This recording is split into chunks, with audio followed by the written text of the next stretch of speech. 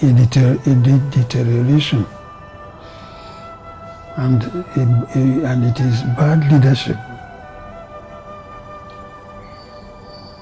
I do hope that God in His mercy will deliver this country from this type of leadership. Nigeria needs more than power and good rule.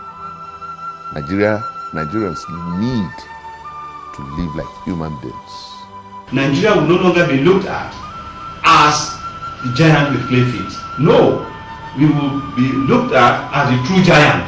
We will move with that frame of a giant, and of course do what is right, and of course, be where Nigeria should be, and tell the international community that, look, the giant has woken up.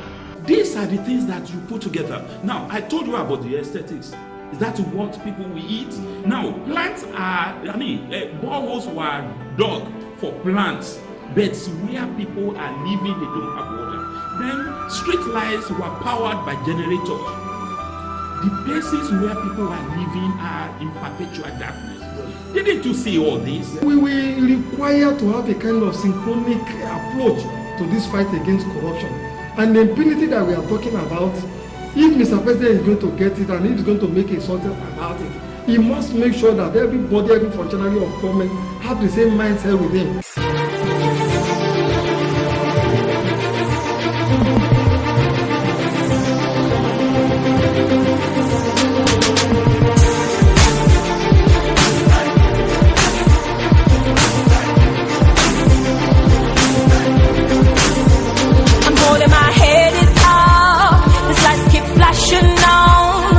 It's my spot today. Me taking my shine away. Right now me standing tall, no falling hand, no dog. 'Cause we're here, and the seas breaking from the north. Breaking from the north. Welcome to your favorite program, Personals with Larry, every Saturday on Ben TV, the first ethnic satellite TV station in Europe. And of course, we are happy that this weekend we got a bumper package for you, like we always do here from Lagos, Nigeria, and of course the entire country, Nigeria as a whole. Today, we're going to be showcasing the ongoing controversy in Nigeria regarding the anti-corruption stance of President Muhammad Buhari. Recently, we spoke to a staunch PDP stalwart in Lagos, Engineer Adedeji Doherty. He was able to tell us, yes, the corruption fight is very good and they love it as PDP stalwarts, but it's too selective and they just want justice to be done. They want it to be fully holistic anti-corruption crusade. But he was able to tell us a lot about the double standards that they felt was going on, even regarding the Olisa Mentu, the PDP spokesperson trial right now, the High Court in Abuja. Of course, he was able to say a lot of things regarding what the PDP thinks about the anti-corruption war by President Muhammadu Buhari. We also spoke to the Minister of Information, Alhaji Lai Muhammed, recently, a couple of days back in Lagos, where he was able to hold a World Press Conference, which we were part of. He was able to say, if you fight corruption in Nigeria, corruption fights you back real bad. And of course, real dirty. The information minister was able to tell us that, the anti-corruption is for real. You're going to have the opportunity to take a listen to what he said at the press conference. At the tail end of the program, we're going to be talking to Nigerians what they feel about the Femi Falana ICC controversy. A very popular lawyer in Nigeria, Femi Falana, is seeking the International Criminal Court to prosecute the former finance minister, Mrs. Okonjo Iweala, on charges against humanity regarding the arms deal saga, which is ongoing in Nigeria now, that Femi Falana is actually out to bring down our image, whichever way he wants to. That he's been doing that for a long time, but he is going to come out with a statement regarding that. And we spoke to Nigerians what they felt about this ongoing issue. It's going to be a very good program today. I know you're going to enjoy it. I'm going to enjoy it too. I'll see you at the end of the program.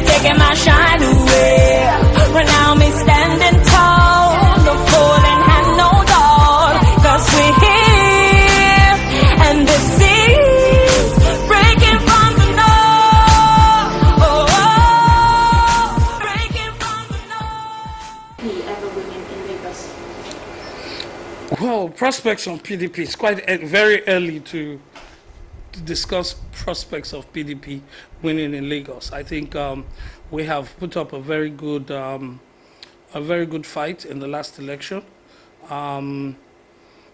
We won close to about 8 seats in the House of Assembly, the State House of Assembly, and then we also have, I think, about 6 representatives in the House of Rep, at the national level. So I think it's a good outing to a certain extent. Our last election, as usual, has always been marred with irregularities, bribes, corruption, and violence, and a lot of irregularities that always plague Lagos State anyway. So this is what we see. This is what we have been experiencing, and we expect that we'll get ready for the next election in 2019. Is it true that fighting amongst party leaders contributed to the loss in the last elections? Well, in every election and in every party, you do have dissenting voices, either way. You do have disagreements, you do have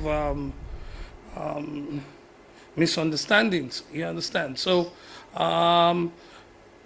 whether it affects the outcome of the election is a different thing. I don't think it affected the outcome of the election. I think what has always affected our elections has always been the issue of rigging by the opposition party or by the ruling party at that particular point in time, which has always been our problem in Lagos. So that's what I believe happened during the last election. And, it is something that we all know, it is something they know, and it's something that will definitely not be acceptable in 2019. All right. There is a school of thought that believes that ever since the death of engineer Okonjo Iweala, PDP has not been able to provide a formidable candidate to represent them and give APC a run for their money. Is this so? Well,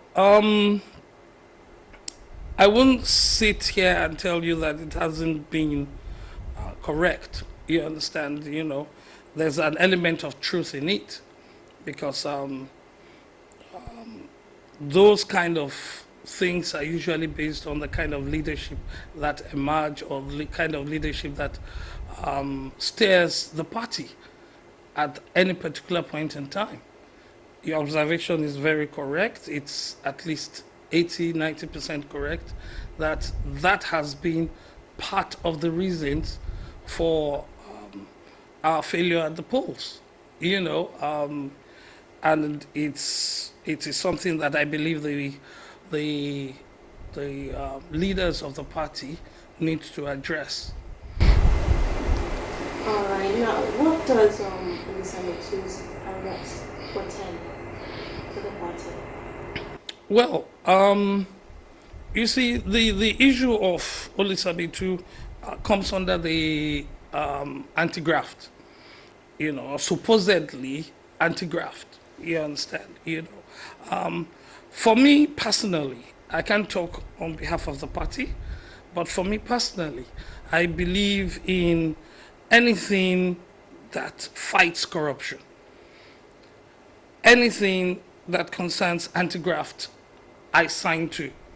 Personally, anything that involves stealing, taking public funds for wrong reasons, taking money under false pretense, making money that does not belong to you, and flaunting money that belongs to the state. I am against it 110%. However, we need to be able to put the anti-graft and the fight against corruption in a very close, neat contest. Olisamitu is a publicity secretary of the PDP. The PDP, the president at that time, and anyone in the presidency were seen to be working with the ruling party at that time. So if Olisamuti is giving 500 naira, or 200 naira, or 1 billion naira, or 100 million naira, or 400 million naira, by virtue of his office,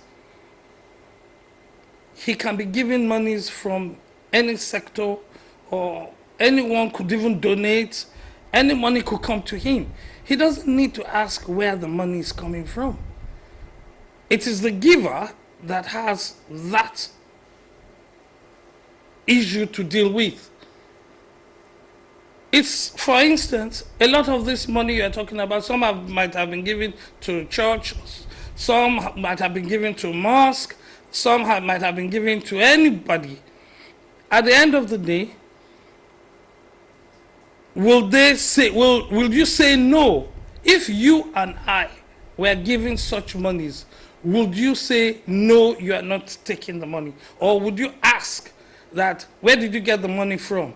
Is the money illegal? Is it illegal? And things like that. That is the issue on Olisametu. I don't think it's going to stand in the court of law. I don't think any judge will pass any sentence on Olisametu as a person. Now, let us look at the anti-graft itself. There's nothing wrong. Every government has its own prerogative. If you see that there is a misuse of public funds, I can sit down here and tell you, do not investigate. But let us take the presidency as one. Let us take the EFCC as another independent body. And remember, it was the PDP that created the EFCC. It was the PDP that created the ICPC. So we understand completely what their parameters are, or what they should be. The EFCC should be able to see itself not only as an investigator of the national commonwealth, but also an investigator of both local governments and state governments. There is something going on right now. There's the Dasuki Gate, or whatever you want to call it. That is a security apparatus. That is the National Security Advisor's Office. That is the security vote that the president has prerogative to spend and unspend, or spend on sand or water or anything without any recourse to anybody.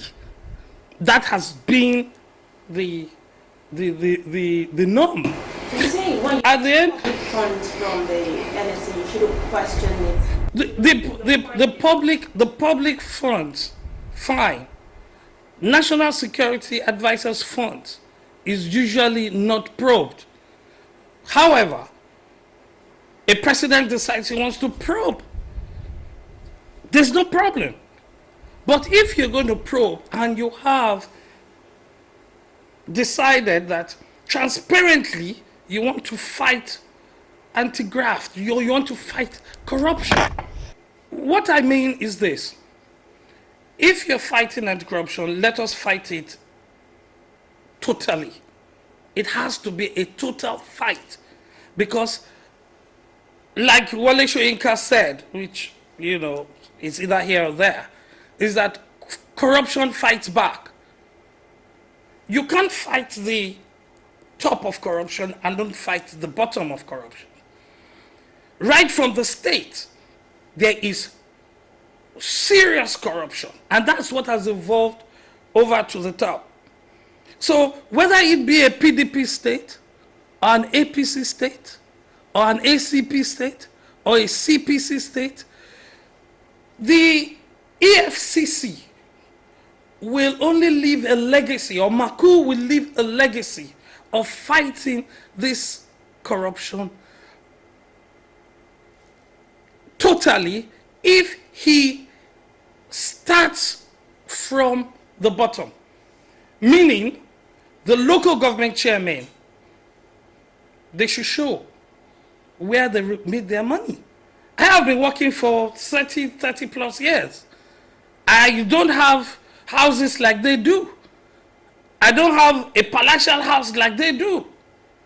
Whereas I know that I must have made more money than they have when you look at their salary. So where did they make their money from? Look at the civil servants that are on grade level 13, 14, even in Lagos State. Go to Magodo, go to Ogudu. You see all of them flaunting palatial houses. On what? On their salary? Or what are we talking about? Go to the different other areas of government, the state government, past governors.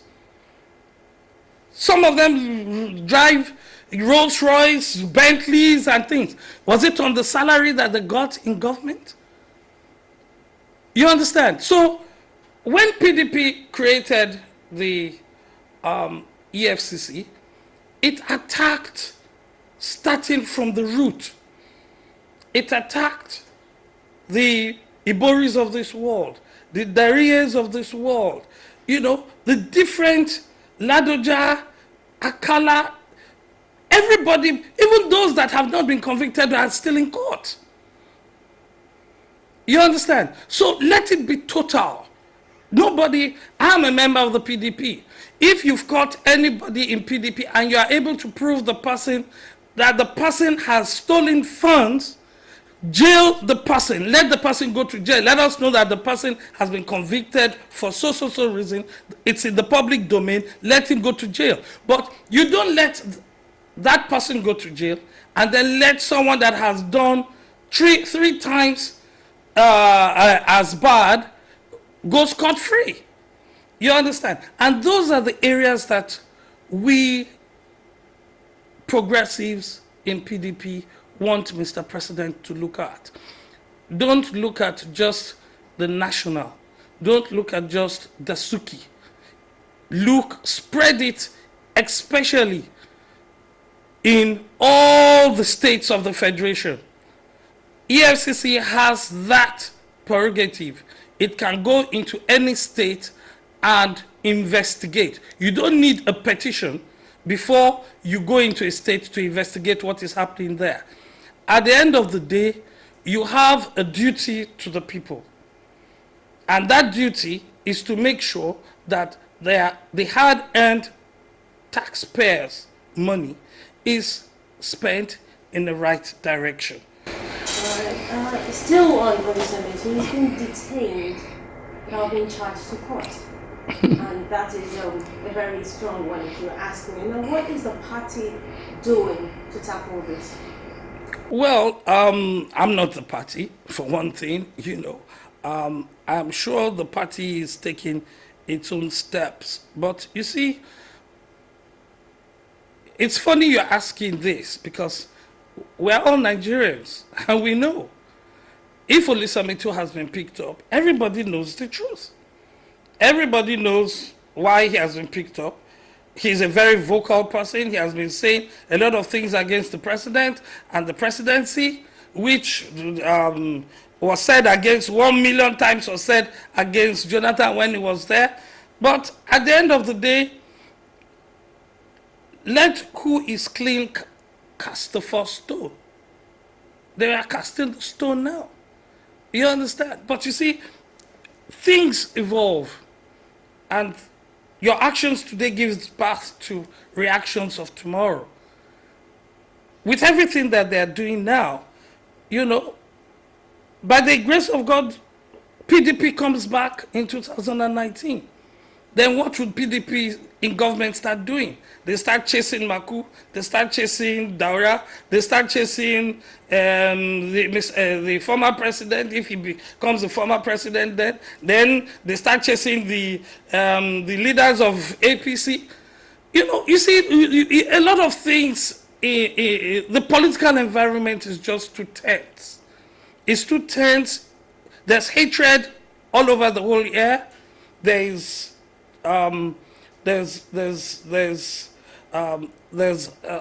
people are spiteful about a lot of things. You understand? You know, let me give you an example. In America during the Bush time, President Bush did a lot of things that hurt America economically. And Obama knew this before he became president. Obama has been able to handle it without blacklisting the entire country and without blacklisting Bush, as it were. But the people knew that Bush created most of the unemployment in America. Right now, the way everything is going on is as if, number one, PDP leaders are being attacked unnecessarily. Now, it could be real that there has been embezzlement and things that had gone on. But you see, if you don't throw the net wide, when you are talking about corruption, if you don't throw the net wide, you understand, so that it also affects your own people, because all your people cannot and are not far from corrupt. You understand? I saw two gentlemen on TVC the other day, two leaders from APC. Both of them have issues with APC that I know of. One of them took money that did not belong to him and did not return that money.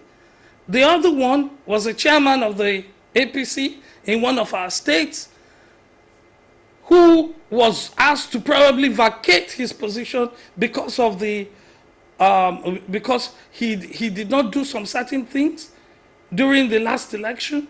You understand? So you have issues that need to be tackled. The EFCC is there to save Nigeria from corruption. It should save Nigeria and not only just focus its tentacles on PDP or the past administration. All right, let me take you back on this. You actually said he's been talking about threats from the APC at press conferences and whatever medium that he has. Now, do you not feel like this is a counterattack to make the public feel that this is a witch hunt? I don't understand your question. Okay, my question to you is before Olisamitu's arrest at press conferences, news events, he's been coming out to say, oh, the APC is on his neck, they're threatening his life and all that. Now, do you not see this as a counterattack to make the public feel this is a witch hunt? Well, I don't know who is going on the counterattack. You know, I just believe that like what is happening with the EFCC right now is not democratic. It's not right. You know, it's not in the best interest of democracy. It's not in the best interest of the country as a whole, because definitely the EFCC has a lot of petitions. It has a lot of investigation that has been done over the years on a lot of people, PDP or APC. You understand? It doesn't matter who. To me, personally, it doesn't matter who. And that is why, for me, the president might not be aware that things like this is going on, that the direction this anti-graft war is going is totally one-sided. You understand? And that is where we need to just draw the line. You know, whether they investigate, I have been investigated by EFCC before. I have been invited to EFCC before. I have gone for the invitation. You understand? So, and I'm seated down here now. So what I'm trying to say is that the act of investigating is the prerogative of the EFCC. They are allowed to do that. And they should do that. And they shouldn't be hindered from doing that. You understand? The only thing that we are saying is that let it be total. Let it cover everyone. We know a lot of past governors and sitting governors and different local government chairmen and different MDs and different people that have corruption written all over them. You understand?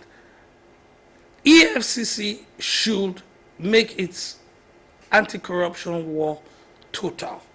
Whether PDP, APC, it doesn't matter.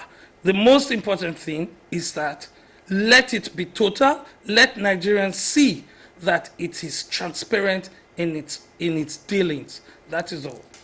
All right. Well, in your words so far, you said coming from Buhari, it seems this anti-graft war is one-sided. Yeah. And then, in the words of Ibrahim Mago, he said nobody who is not corrupt is involved. A lot of PDP members have been arrested. Would you say PDP is a corrupt party? You know, it's easy for anybody to say PDP is a corrupt party when the searchlight is on PDP. You get my point? You understand? So you cannot say PDP is a corrupt. I haven't been in PDP for 16 years. I've never done one government contract. I don't know how to do it. I've been offered, but I don't accept it. I don't want it. And I didn't come into politics because of that. I've been working since I was 17. So, and you have many people like me in PDP. But, you know, whatever is happening in PDP today is good. In the sense that then the righteous will evolve. Those that have the heart of the masses will evolve from what is happening in PDP today. And that is what PDP should go back into the trenches to work on, is to make sure that you bring in credible people. PDP over years have been bringing out a lot of non-credible people. You understand? And that is why we are where we are. You understand? So it is good for democracy. Whatever anti-graft war that is going on is good for democracy. Whether it is focusing on PDP today, fine. It can focus on PDP today, it will focus on APC tomorrow. You understand? So it's something that is going to evolve anyway. When PDP was there, PDP made sure that it focused on its own people. Remember the Odilis, remember Ibori, remember Alamesia, remember different people. Some people even went to jail. I don't want to mention names. You understand? But some people went to jail. But when you are in APC now, don't you think, in our Yoruba, they said, you understand? The Yoruba said it for a reason. If you don't do it, then it's going to catch up with you. It's nemesis. Okay, let me give you an example.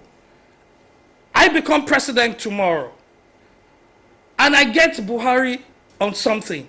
I say, you raised 80 billion naira using your office for IDPs. Come and account for the money.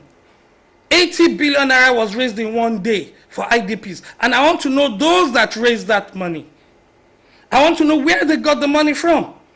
How can in Nigeria today some people sit down and raise 80 billion naira for IDPs?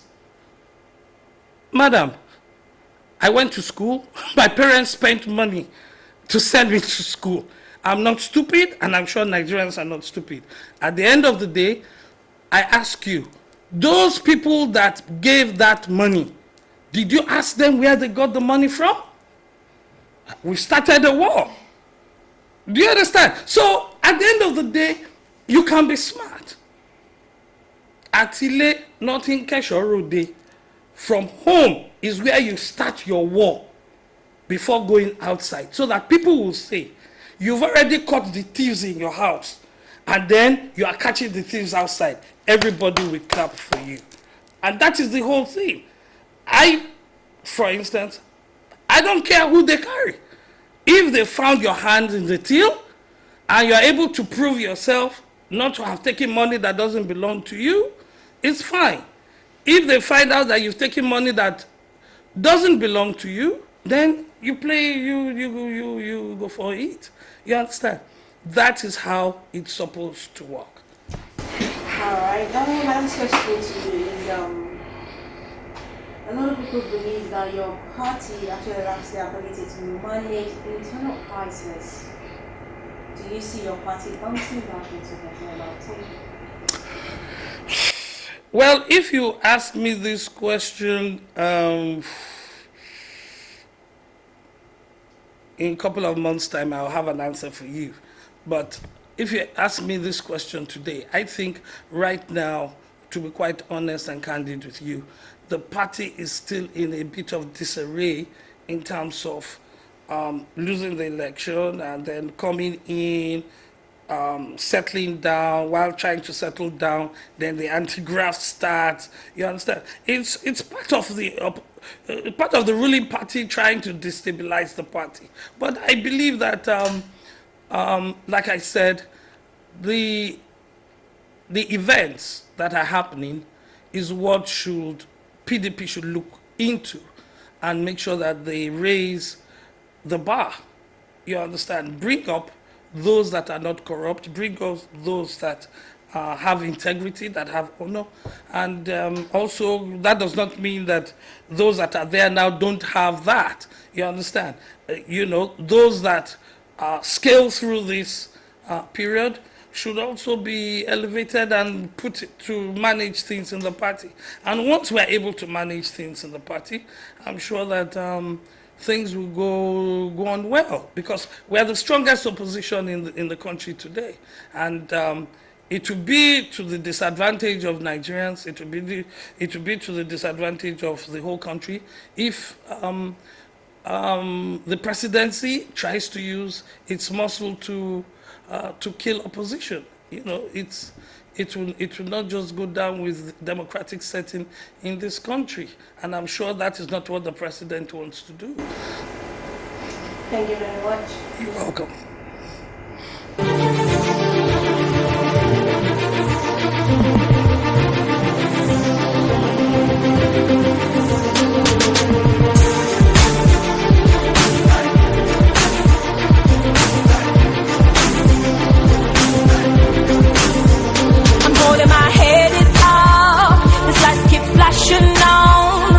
It's my spot today. Me taking my shine away. Right now me standing tall, no falling hand, no dog. 'Cause we're here, and the seas breaking from the north. Breaking from the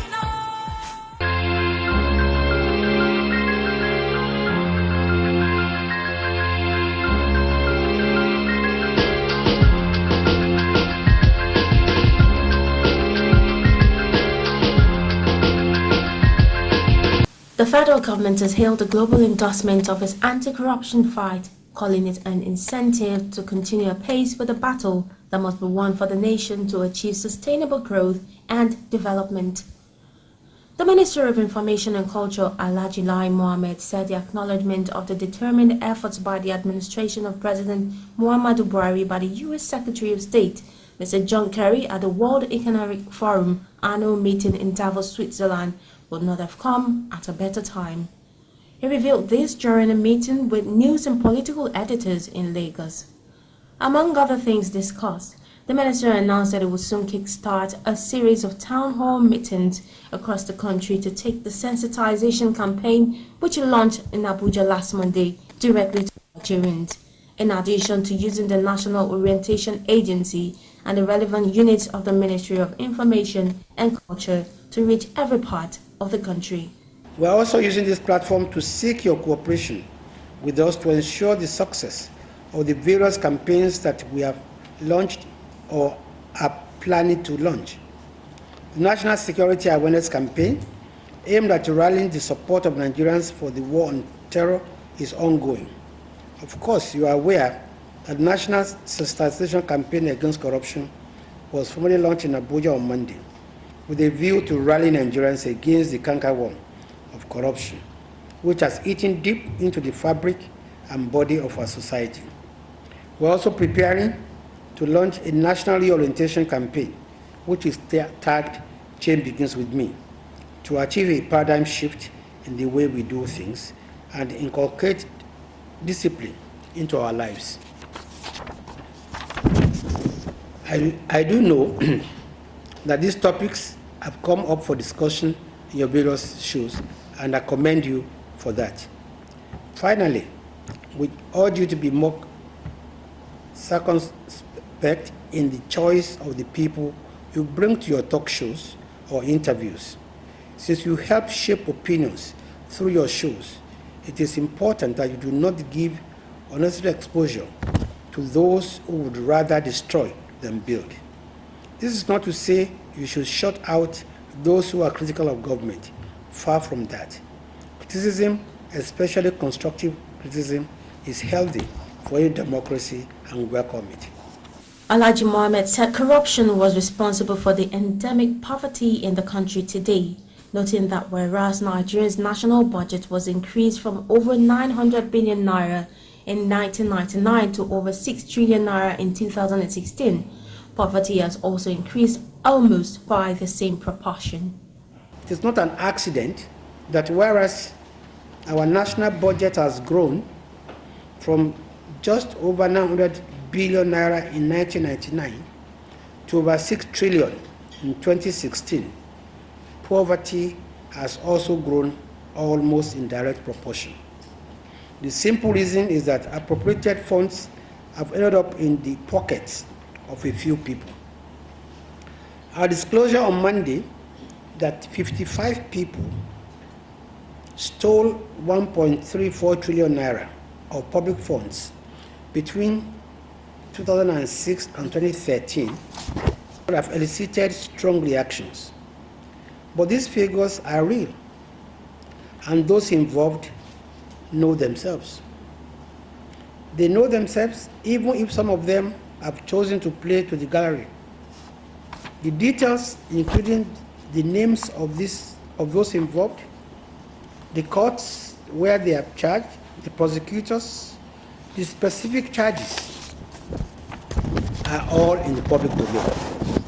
He also made a comparative analysis of the number of Dasuki Gate beneficiaries and the amount they collected from the Office of the National Security Advisor in 2015 on one hand, and the list of projects and amounts across the nation and the Zonal Intervention Project of 2015 Appropriation Act.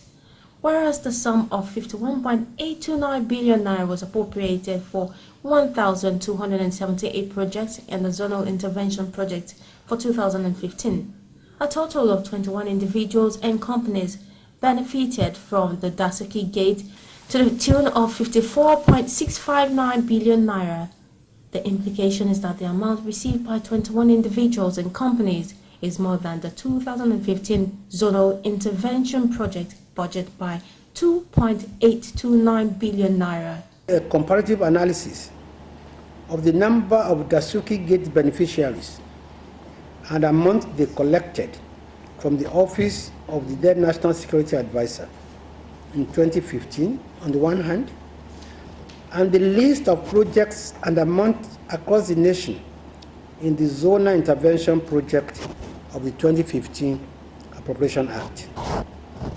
Whereas the sum of 51,829 million naira was appropriated for 1,278 projects on the Zonal Intervention Projects for 2015, a total of just 21 individuals and companies benefited from the Dasuki Gate to the tune of 54,655 million naira so far.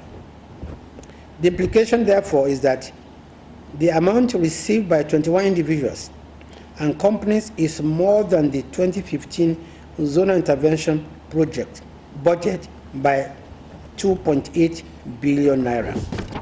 Furthermore, the value of what the beneficiaries of Dasuki Gate contributed to development is zero compared to how the lives of Nigerians would have been transformed, how poverty would have been reduced, and how livelihoods improved by the zonal intervention projects, which, as we have shown, would have cost 2.8 billion less than Dasuki Gate. He also revealed that contrary to what is being said in certain circles, that the government is dwelling too much on the war against corruption to the detriment of other areas of governance. He said enough time cannot be devoted to the fight. The most daunting challenge we face today is in the area of corruption. We are very much aware that the fight against corruption is one of the cardinal programs of this administration. Some have said the government is dwelling too much on the war against corruption to the detriment of other areas of governance. Our response to this is that indeed there is nothing like dwelling too much on this war, which is a war of survival for our nation. According to him, the situation is very grim as far as corruption is concerned. That is why the federal government is embarking on this sensitization campaign, not to vilify anyone, but to use facts and figures to give Nigerians a sense of what corruption has done to their lives. Tolu Omotunde, BenTV Lagos.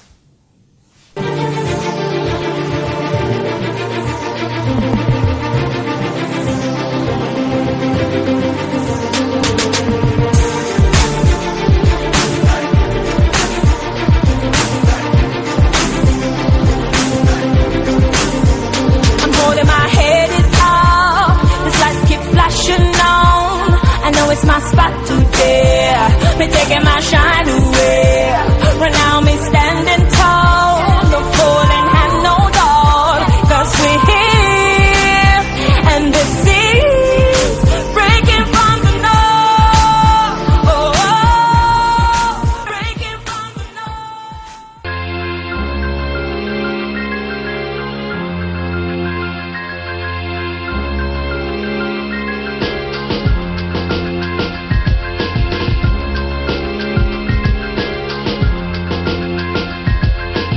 Popular Lagos lawyer Femi Falana son has urged the International Criminal Court ICC to investigate allegations of crime against humanity committed against some former, 7 military, public officials and private persons. These crimes, he said, were allegedly committed by the former National Security Advisor Sambo Dasuki, former Minister of Finance Okonjo Iweala and other public officials by diverting funds meant to procure arms for the military, and also the release of some of Abacha's looted funds towards funding the re-election of the former president, which led to the death of over 25,000 soldiers and over 2 million displaced persons. Nigerians expressed their view on the issue. The number one people to be judged in this country are the judges and police. The judge encourage looting in Nigeria. They make money from the wrong judgment. They make the ghost to be a living human being. They make somebody from the mortuary to be a man moving on the road. That is the judges in Nigeria. Let them put them on the right track. Let the judges be jailed for wrong judgment in Nigeria. Without doing this, Nigeria will remain the same thing. I think the man is right. He's a legal luminary and he knows better. You know, these people, they have really put Nigeria into shame that the Nigerians are facing today. Just look around. There are many unemployed youths. Even those that are working, they are not even proud of their job security. And it is part of this fund that these people have taken away. And if the man goes to International Court of Justice and he can get the justice or the judgment from that end, I think we can be able to recover part of this money from the international community. Because there is no way a finance minister of a nation will say she didn't know how $2.1 billion disappeared from the nation pocket. If he diverted account and they confirm it, he should be prosecuted. Sound. And let the property be converted to the government. That's what I believe. It's a pity that people in the bedroom of power do not easily learn from history, not until they are made to be part of history. And that's the problem we have in Nigeria now. So that's just my stake over it. The whole Nigeria know what is really going on presently, and they should allow justice to take its course. That is how you can sanitize Nigeria from corruption. So I don't see anything bad in it. If Okonjo Iweala should be prosecuted, I feel it's not right because she's actually working on instructions of the president, and I feel if she was not given that mandate, she would not send the money to Dansuki's account. So I feel she should be given opportunity to hear her view before being judged or sentenced or being put in on a serious persecution by the renowned Femi Falana. I feel she should just be given opportunity to hear her view. That's all. The former minister has denied these crimes leveled against her, saying it is a malicious attempt to rob her hard-earned integrity in the mud, adding that she was carrying out her duties under the approval of the former president GEJ, a notion some agree with. Okonjo Iweala acted on the instruction of Jonathan. So Jonathan should be brought to book, should be brought to give accounts of the lives that was being lost. So I think that is all. If you say you have issued an order for military to procure ammunitions to fight insurgents, there is what we call due process. Don't you know that you are going to do a follow-up? And if they have not done the follow-up, you have the capacity to issue query to that effect. So I think the man Falana is right to have said so. It's for the benefit of Nigerians. When she was doing it, she believed that everything under the sun can be hiding somewhere. But it's a lesson for everybody to learn now that nothing can do and go scot-free. So even if I'm that issue, judgment will come and prevail. So it is nobody's above the law of a country.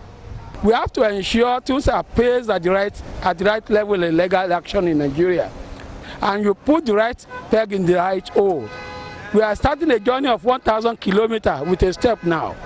If Okonjo Iweala should be prosecuted, she's well educated, she's well exposed. She should know the right thing to be done when she was in power. You should not allow power to intoxicate you to do the wrong thing. And I believe if myself should do the wrong thing, they should prosecute me. According to her, the accusations by Falana is an attempt to involve her in the ongoing anti-graft war, and Nigerians should not give in to it. Tolu Omotunde, Ben TV, Lagos.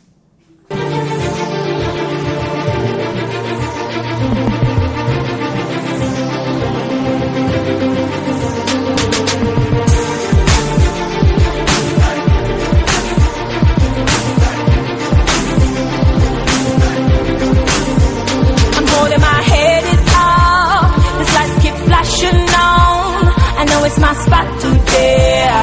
Me taking my shine away. Right now me standing tall, no falling hand, no dog. 'Cause we're here, and the seas breaking from the north. Breaking from the north. I hope you enjoyed the program. Our roving correspondent in Lagos, Tolu Omotunde, was able to do justice to a lot of questions there. And of course, we hope you enjoyed the program. Next week is another date. Keep watching this program. It is Personal with Larry on Ben TV.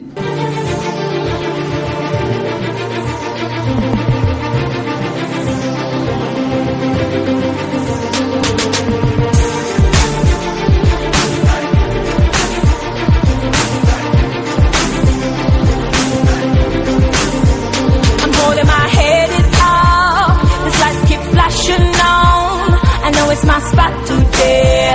Me taking my shine away. Right now me standing tall, no falling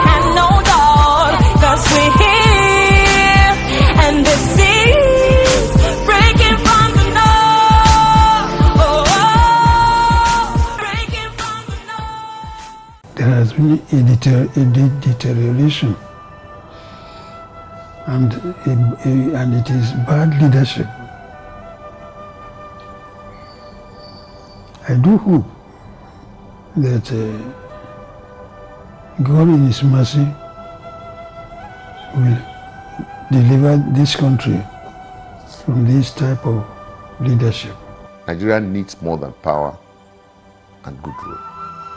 Nigerians need to live like human beings. Nigeria will no longer be looked at as the giant with clay feet. No, we will be looked at as the true giant. We will move with that frame of a giant, and of course do what is right, and of course, be where Nigeria should be, and tell the international community that, look, the giant has woken up. These are the things that you put together. Now, I told you about the aesthetics. Is that what people will eat? Now, plants are, boreholes were dug for plants, but where people are living, they don't have water. Then, street lights were powered by generators. The places where people are living are in perpetual darkness. Didn't you see all this? We will require to have a kind of synchronic approach to this fight against corruption. And the impunity that we are talking about, if Mr. President is going to get it and if he's going to make a sort about it, he must make sure that everybody, every functionary of government have the same mindset with him.